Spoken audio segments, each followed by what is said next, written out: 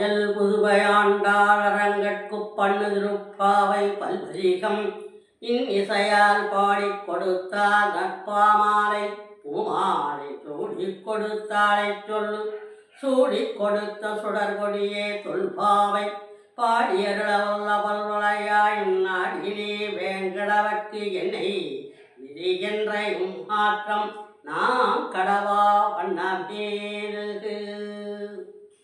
ஓம் ஸ்ரீமன் நாராயணனுடைய பாதாரவிந்தத்தை வணங்கி இந்த மார்கழி மாத வைபவத்தை பற்றியும் ஏன் மார்கழி மாத நிலையில் நாம் சில கருத்துகளையும் காரணங்களையும் செய்கின்றோம் என்பது பற்றியும் ஆண்டாளுடைய அவதாரம் இந்த மார்கழி மாத பாவி நோன்புக்கு முக்கியமாக இருக்கின்றது என்பது பற்றியும் உங்களிடையே அவதார தத்துவமாக உங்களிடத்தில் உரையாற்றியிருக்கிறேன். அதாவது ஒவ்வொரு காரணமும் காரியம் நிகழ்வதற்குத்தான், காரணங்களின்றி காரியங்கள் இல்லை.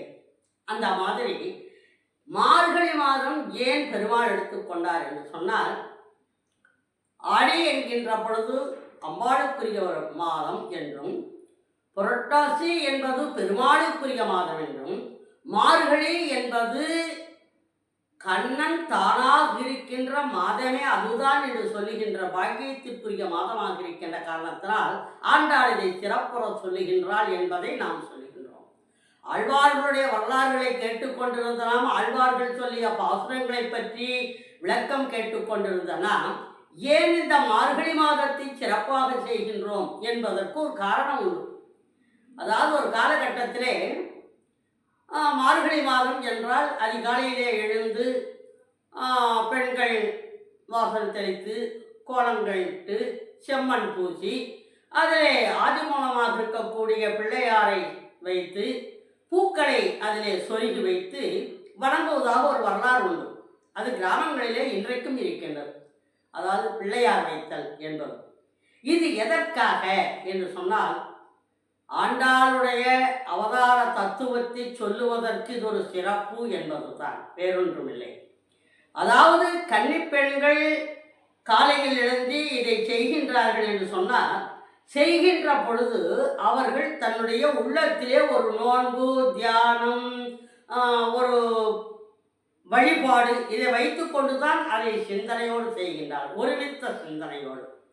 அந்த சிந்தனை செய்கின்ற பொழுது அதிகாலை நேரத்தில் இந்த பெண்கள் இதை செய்வார்கள் என்றும், அப்படி செய்கின்ற பொழுது ஏன் இதை அதிகாலையில் செய்கின்றார்கள் என்று சொன்னால், ஆண்டாள் நாச்சியார் சொன்ன மாதிரி நீராடி, எப்பொழுது நீராடி, பொழுது புலர்வதற்கு முன்னர் நன்னீராடி ஆயுளத்திலே இருக்கின்றவர்களை பார்த்து நீங்களெல்லாம் அதிகாலையிலே எழுந்து நீராட வேண்டும் என்று சொல்லுகின்றார். நீராடி இறைவனை வணங்க வேண்டும், அதிகாலையில் எழுந்து வணங்க வேண்டும் என்று சொல்லுவதற்கான வாய்ப்பாகத்தான் இதை சொல்லுகின்றார். அப்படி வைக்கின்ற பொழுது எல்லா சன்னதிகளிலும் அதிகாலையிலேயே பூஜையை தொடங்கி விடுவார்கள். அப்படி தொடங்கி விடுகின்ற பொழுது ஆண்கள், வயதானவர்கள், இளைஞர்கள் எல்லோருமே அந்த பக்தி பரவசத்தோடு தெருவிலே பஜனை பாடிக்கொண்டு நாம சங்கீர்த்தனம் செய்து கொண்டு போவார்களாம். அப்படி போகின்ற பொழுது அந்த வீடுகளுக்கு முன்னாலே இருக்கின்ற கோலங்களிலே வைக்கப்பட்ட பிள்ளையார், அந்த கோலங்களின் மேல் சொரிக்கப்பட்டிருக்கக்கூடிய மலர்கள், இவற்றையெல்லாம் பார்த்தவுடனே அப்படியே மெய்மறந்து நிற்பார்களாம். கோலத்தின் மேல் மலர் வைப்பதால் என்ன மெய்மறக்கம் என்று சொன்னால் வேறொன்றும் இல்லை, பூசணி மலர்களை வைப்பார்களாம். அந்த கோலத்தில் பூசணி மலரை வைப்பதற்கு ஒரு காரணம் உண்டு. என்ன காரணம் என்றால், நன்றாக பசுமையாக இருக்கும், நல்ல நிறம், பெரிய மலராக இருக்கும். அதை வைத்திருக்கின்ற பொழுது அந்த பெரியவர்கள் மற்றவர்களை எல்லாம் இதை பார்த்து கொண்டே இந்த பஜனை நாமத்தை பாடிக்கொண்டு போவார்களாம். போகின்ற பொழுது அந்த வயதானவருடைய மனத்திலே ஒரு எண்ணம் தோன்றுமாம், இந்த வீட்டிலே மணமாகாத பெண்கள் இருக்கின்றார்கள், அந்த மன பெண்ணாக இருக்கக்கூடியவள் தான் நல்ல கணவனை அடைய வேண்டும் என்பதற்காக இப்படி ஒரு பூஜையை செய்கின்றார், இப்படி ஒரு வழிபாட்டை செய்கின்றார், இப்படி ஒரு யோக நிலையிலிருந்து இதை பராமரிக்கின்றார் என்று சொல்வார்களாம்.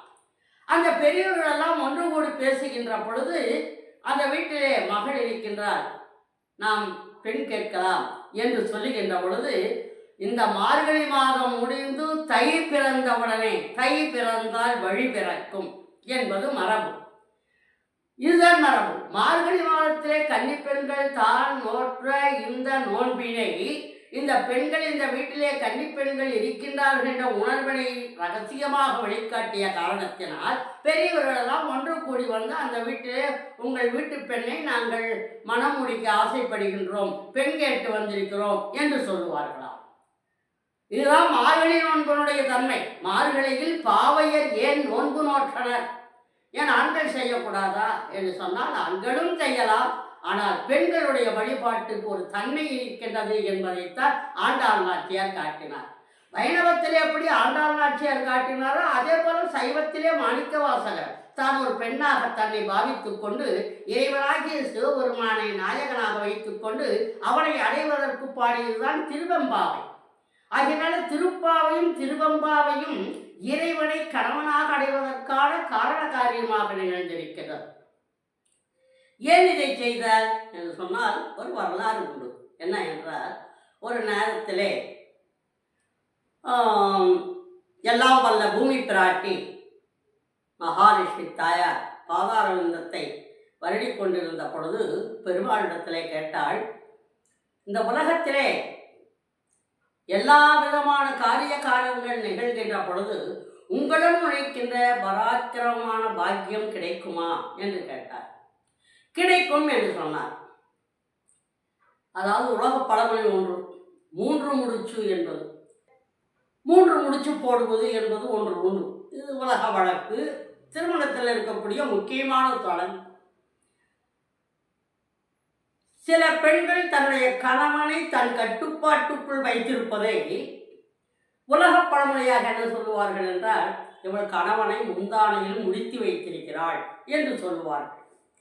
இந்த வார்த்தை எப்படி வந்தது என்று சொன்னால், இது பூமாதேவி அன்றைக்கு பெருமாள் முன்னிலையில் போட்ட 3 முடிச்சுத்தான் இன்று வரையிலும் 3 முடிச்சு என்று சொல்லக்கூடிய ஒரு சொல் உலகத்தில் உலா வந்து கொண்டிருக்கிறது. என்ன 3 முடிச்சு என்று சொன்னால், ஒரு தடவை பூமாதேவியை அசுரன் கடத்தி கொண்டு போய் பாதாள லோகத்தில் வைத்து விட்டான்.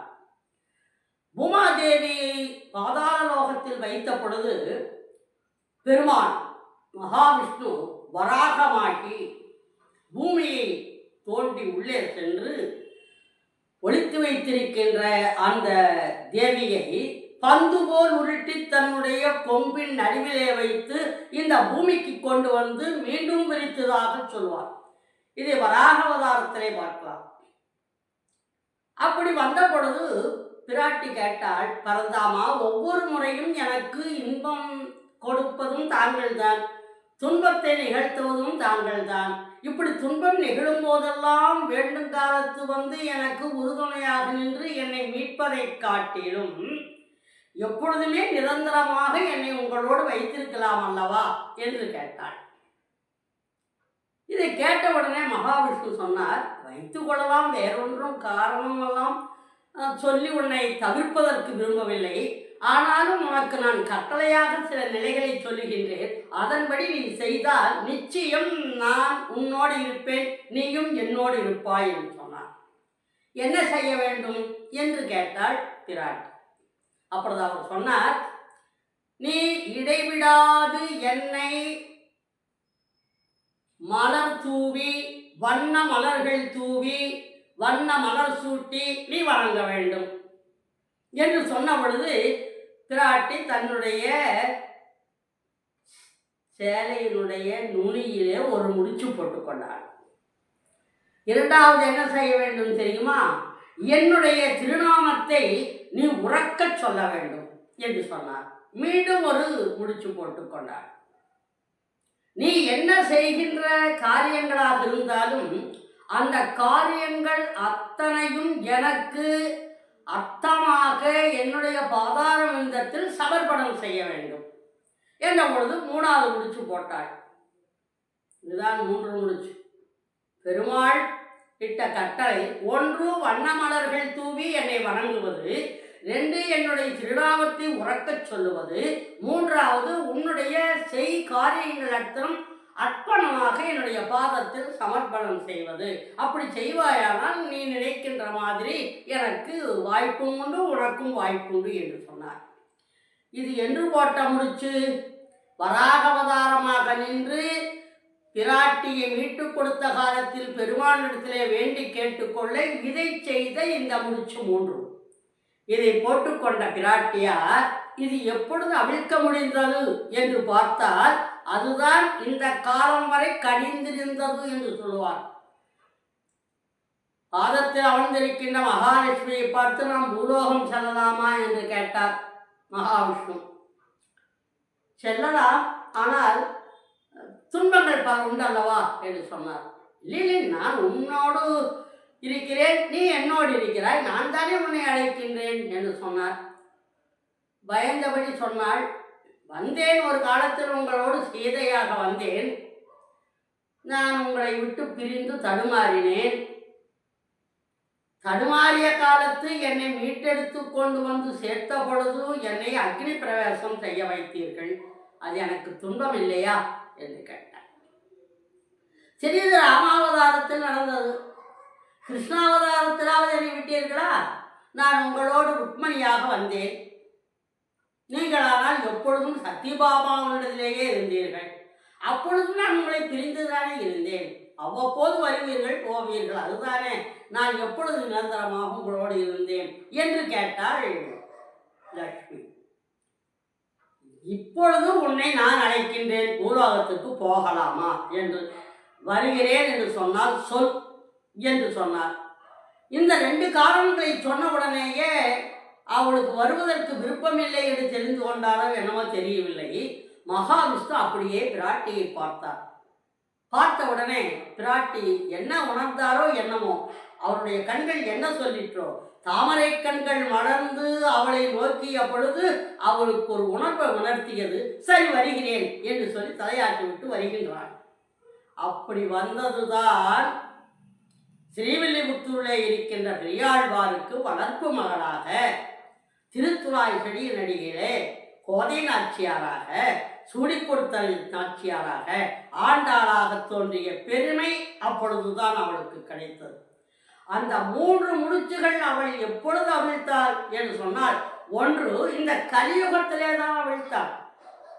அன்றைக்கு பரமபதத்திலே இருக்கின்ற மகாவிஷ்ணு சொன்ன முடிச்சுகளை எல்லாம் போட்டு கங்கணமாக வைத்து கொண்டு யோக நிலையிலே தப நிலையிலே அதுவே சிந்தனை செய்து கொண்டிருந்த இந்த பிராட்டி ஆண்டாளாக அவதாரம் செய்த பொழுதுதான் ஒவ்வொரு முடிச்சாக அவிழ்த்தாள். ஒரு முடிச்சு, என்னை வண்ண மலர்களால் திருவடிகளில் சூட்டி மகிழ வேண்டும், என்னை மலர் தூவி வணங்க வேண்டும் என்று கேட்டுக்கொண்ட காரணத்தினால்தான் பெரியாழ்வாருக்கு மகளாக பிறந்திருக்கின்ற ஆண்டாள் நாச்சியார் அவர் இறைவனுக்கு என கட்டி வைத்திருக்கின்ற மாலைகளை தந்தையாருக்கும் தெரியாமல் தான் அணிந்து பார்த்து அன்றைக்கு சொன்னாரே, அது சரியாக இருக்குமா என்று தெரிவதற்காக, அந்த காரணத்தை காரியமாக நிகழ்த்துவதற்காக அவள் அந்த மாலை அணிந்து பார்த்து பொருந்துவேனா, அவர் சொன்ன வார்த்தை இதுக்கு பொருத்தமா என்று சொல்லி அவள் அந்த மாலை அணிந்துதான் நாள்தோறும்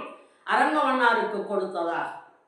2வது, என்னுடைய திருநாமத்தினை உறக்கச் சொல்ல வேண்டும் என்று கேட்டுக்கொண்டதால் தான் உறக்கச் சொல்லுவதல்ல, இந்த உலகத்திலே இருக்கின்ற அத்தனை பேரையும் உறக்கச் சொல்ல வைத்தார். அதுதான் அவளுடைய மான். அந்த பண்பினை நினைக்கின்ற பொழுது தான் உய்வதை காட்டிலும் உலகம் உய்ய வேண்டும் என்ற அந்த பொது உள்ளம் அவளுடைய சிறப்பு, மற்றவர் அடைய வேண்டும், தான் பெறுகின்ற இன்பம் இந்த உலகத்திலே இருக்கின்றவரும் அமைய வேண்டும் என்பதனால்தான் ஒரே வார்த்தையாக சொன்னார், நீங்களெல்லாம் என்னோடு வாருங்கள், நானும் சொல்லுகின்றேன், நீங்களும் சொல்லுங்கள் என்று அவள் சொல்லுகின்றாள்.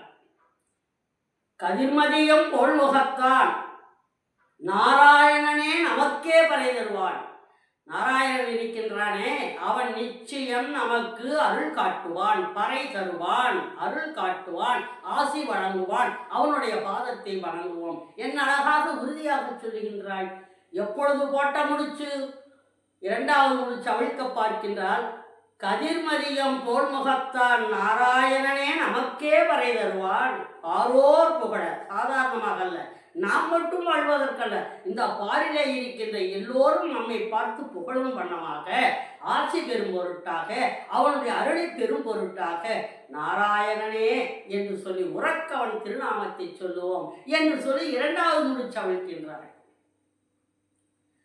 மூன்றாவது முடிச்சுத்தான் இந்த உலகத்திலே இருக்கின்ற அத்தனை செயல்பாடுகளும் நமக்கு என்று வேண்டாம், எதையும் எனக்காக செய்தேன் என்று வேண்டாம், அத்தனையும் அவனுக்கே கிருஷ்ணார்ப்பணம்.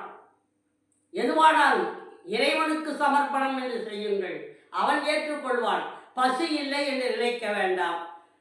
உண்ணுகின்ற உணவை எடுக்கின்ற பொழுது கிருஷ்ணார்ப்பணம் என்று சொல்லுங்கள். அப்படி சொல்வீர்களேயானால் அந்த உணவு அவனுக்கு போய் சேரும், உமக்கும் செரிக்கும். பருகும் நீர், அதை நீங்கள் பருகுகின்ற பொழுது கிருஷ்ணார்ப்பணம் என்று சொல்லி பருகுங்கள். அப்படி பருகுகின்ற பொழுது அது தீர்த்தமாகிவிடும், புனித தீர்த்தமாகிவிடும். அப்படி செய்கின்ற பொழுது புனித தீர்த்தம், தின்னும் இலை, எதுவானாலும் சரி, எதுவாக நீங்கள் உண்ணும் பொருளாக இருந்தாலும் பருகும் பொருளாக இருந்தாலும் அவனை நினைத்து செயல்படுங்கள். செயல்படுகின்ற பொழுது அதுவெல்லாம் அவனுக்கு போய் சேர்ந்துவிடும். சேருகின்ற காலத்து நிச்சயம் அவன் நமக்கு அருள் கூட்டுவான் என்று மூன்றாவது முடிச்சு அவிழ்த்தாள். இதுதான் சிறப்பு. ஆண்டாள் நாச்சியார் தன்னுடைய 3 முடிச்சுகளை இந்த போதனத்திலே ஸ்ரீவில்லிபுத்தூரிலே பெரியாழ்வாருக்கு மகளாக பிறந்து வளர்கின்ற காலத்திலே ஒரு முடிச்சு வண்ணமலர்கள் சூட்டி இருக்கின்ற மாலை அணிவித்து அவனுக்கு பொருத்தமா என்று பார்த்தாள்.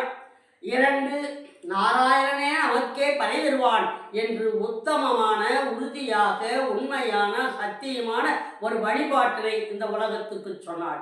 3வது, நான் செய்வது மட்டுமல்ல, எல்லோரும் அவனுக்கு அர்ப்பணமாக செய்கின்ற காரியங்கள் எதுவாயினும் அவனுடையதே என்று செய்யுங்கள். அதாவது கரையில் நின்று கொண்டு ஓடுகின்ற வெள்ளத்தை பார்த்து இக்கரையிலிருந்து அக்கறை போய் சேருவேனா மாட்டேனா என்று யோசிப்பதை விட சேர்வோம் என்று நினையுங்கள்.